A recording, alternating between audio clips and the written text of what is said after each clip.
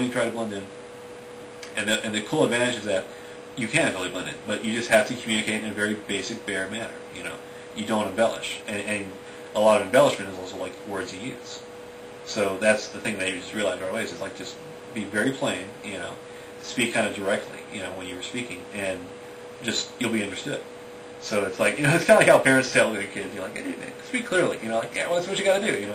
So that's like that's why you read books. Because this helps you speak clearly. But anyways. They decide, like, all right, that's what we're going to do. We're just going to wander around. We'll be guards for like a caravan someplace. We'll just see stuff, and maybe we'll come across a magician. See, that was like Josh's idea then, because Josh is kind of digging that, like, hey, learn some magic, So, and because I had to include magic, I just don't like magic at all.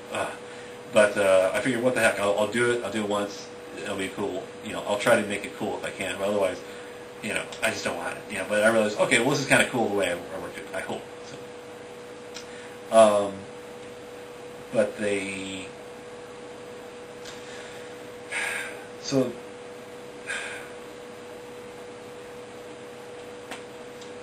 What else? Well, so they got ready for the travel, and they get dressed. They got some clothes. They got some cloaks and stuff too, because that place, like, the cloak was your poncho too. And it's like you use a cloak for a lot of stuff. It kept you warm at night. You slept in it. You slept on it. You covered your body with it. Kept the rain off. There's a lot of rain. And when you're walking around and it's cold, it kind of keeps you warm. It's an extra layer. So it was just kind of natural to have cloaks. And you have hoods on them too. So, like, whenever you look at stuff and people got cloaks and hooded cloaks and stuff, it's like, yeah, because sometimes you just needed one. It kept you warm, and stuff. Just put it, if you kept your ears warm too. So I usually get cold all the time. But anyways,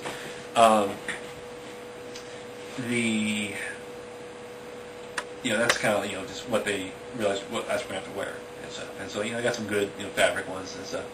But they had to make it also look pretty rough too, because they realized, well, we can't stand out. We can't bring guns. We can't stand out because if we stand out, people ask us a lot of questions, and we as far as they know, we're just walking, we're just passing through. We don't want to, we don't want people to stop us any more than they have to. And they also realize, well, with guns, they can bring a gun, but the thing is, robbery, theft is just so common, and it's just like also people would realize, hey, we got this thing from these people. What's up with that?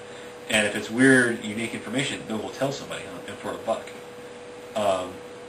And they realize, well, yeah, we can't even bring guns because they'll be taken from us. Right? It's like we'll lose them, but also how do you hold it and how do you hide it? Because you can't have it on display because people will see it. And the clothing, the fabric is just so simple and basic.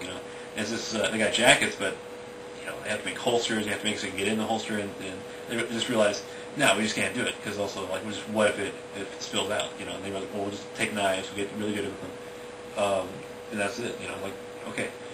And I just realized we just walk around because everybody here walks around. And there's people traveling through. I'll tell you about it. But the place is pretty rough. It's pretty violent. That's the point. Or that's the key thing to remember is that they talk to people about, like, well, how safe is it here? And the guy's like, well, it's safe enough. And like, well, what do you mean by safe enough? It's like, well, we're kind of near the border, and occasionally bandits will come through, but otherwise, they haven't come through in a while. Like, well, bandits, what I mean? Like, well, bandits or those tribesmen, they'll come around, they'll just try to bust in on the gates. Sometimes they get in, sometimes they don't. Otherwise, they'll just take what they can. It's usually around harvest time too. But they'll just try to just come in, when they can, take what they can, and leave. And if they find a farm, they may hurt some people, but otherwise, whatever.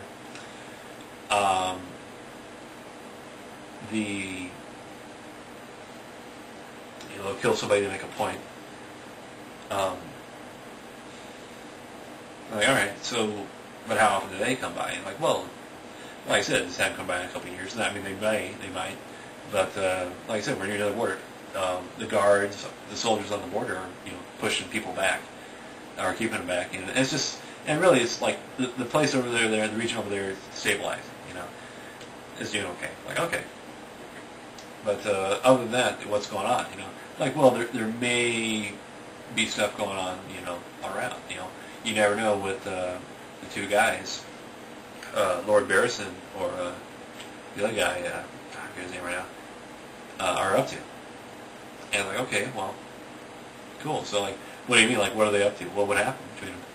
It's like, well, they both answered to King Gregory, but if Barrison or the other guy wants to, then they'll take a town. They'll start taking some money from it.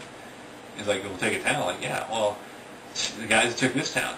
They took it. They're nice to us, but we don't mess with them too much. They take care of us. That's all right. That's the point of them. But otherwise, they just kind of took it. We just live here. We pay them taxes, and stuff. But all right, so like so even the guys working, this place at the gate, guarding the place in the strong house in the center of this village, like they're not exactly your guys. Like no, they're just kind of from they're elsewhere. I mean, like one of the guys, his name is Ruskin over there. He's he grew up here and stuff, but he left a lot of years ago. He came out, he left under bad circumstances. You know what I'm saying? He just had a falling out with his parents. I mean, he just didn't want to do that. So now he's a guard. And now he's back, or now so he became a soldier, and now he's back. He's working for this guy here, and he kind of missed home. I think it was part of it too. But yeah, they pierced the guys he's with. They took this town. That was a couple years back. So never really been that trouble from those guys. It's like those guys. I mean, the people that answer that are the Lord. Like yeah. People answer to the Lord, they'll come through. They'll, I mean, down south, yeah, sometimes it'll happen. But it's way down there, man.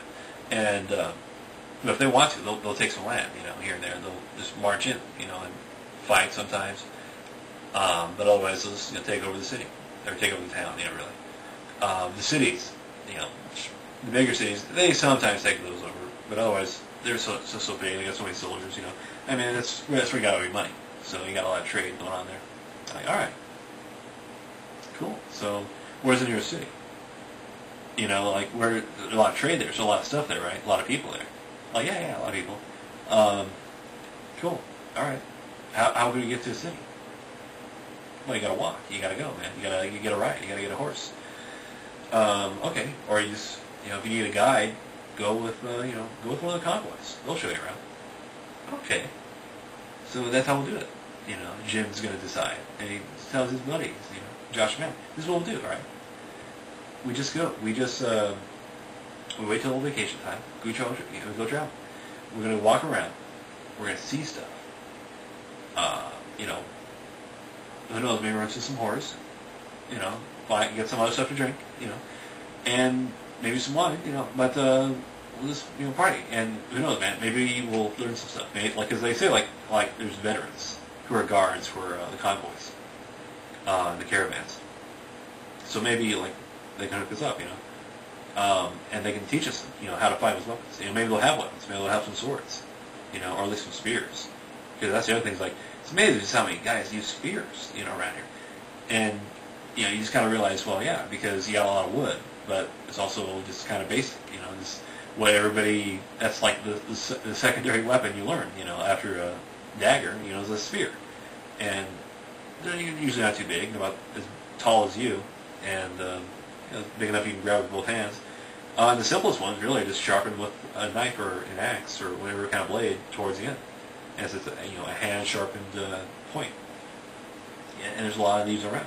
Everybody's kind of got one laying around or stacked away somewhere. Because, when you got to defend your place, you got to have a spear.